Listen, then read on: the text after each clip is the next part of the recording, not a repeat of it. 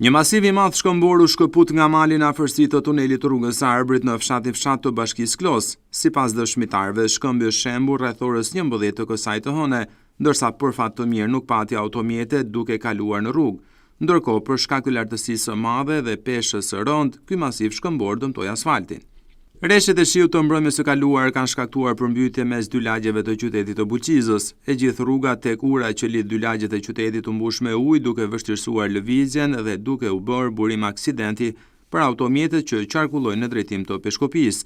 Situata në këtë zonë përsëritet sa herë ka rreshtje shirash për shkak të bllokimit të kanaleve kulluese anësore të rrugës së Arbërit dhe kanalit ujëmbledhës mes dy lagjeve të qytetit. Rreshet e shiut mbrëmjen e së dielës ishin në formë shtrëngate dhe kanë krijuar probleme të ndryshme në rrugët nacionale të qarkut Dibër, kryesisht me rënien e gurëve në rrugën e Arbërit në vendin e quajtur Ura e Çerenecit.